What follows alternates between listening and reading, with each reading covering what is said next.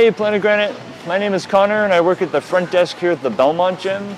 Today I want to talk about climbing with straight arms versus climbing with bent arms.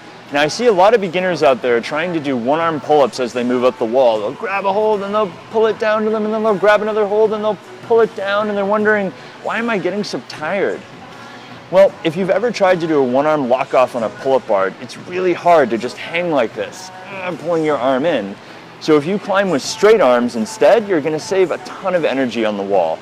Now, a full discussion of climbing with straight arms versus bent arms would take a lot longer than this video. But I just want to give you the basic ideas so you can start to get it into your mind and try to incorporate it into your climbing. So the basic idea is that by twisting at the shoulders and hips, you can create separation between your hands without actually having to bend your arms a lot. So if you want to reach something out in front of you, you have two options. You can either grab a closer thing, pull it to you, and then reach out with your other hand.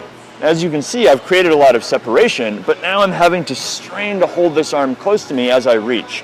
I mean, if I have to reach something far, I might have to do this, but if I can avoid it, I'll save a lot of energy.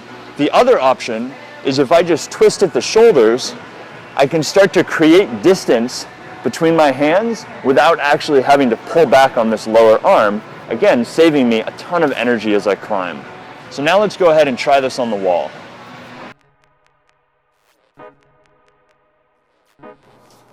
So for anyone who might not know what I'm talking about, this is what it looks like to climb with locked off arms.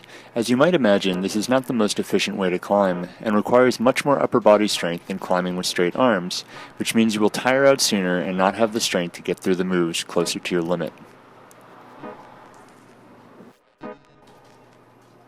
If you think about it, most people can hang on their outstretched arms for a while, but if they try to lock off, they will reach failure much more quickly.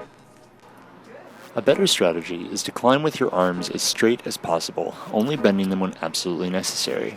Climbing this way will maximize your ability to pull up to the next hold by reducing the strain on your arms, leaving you with more energy to get up the wall and more power to get through the crux.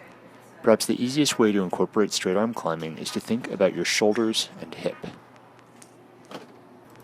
As you can see in the video, when I climb with bent arms, my shoulders and hip are facing the wall through the entire movement. In contrast, when I climb with straight arms, I twist my torso and legs to the right so that my left shoulder and hip move closer to the wall and I end up facing to the right. This twisting motion is what allows me to create distance between my hands instead of relying on bending my arms. Give it a try.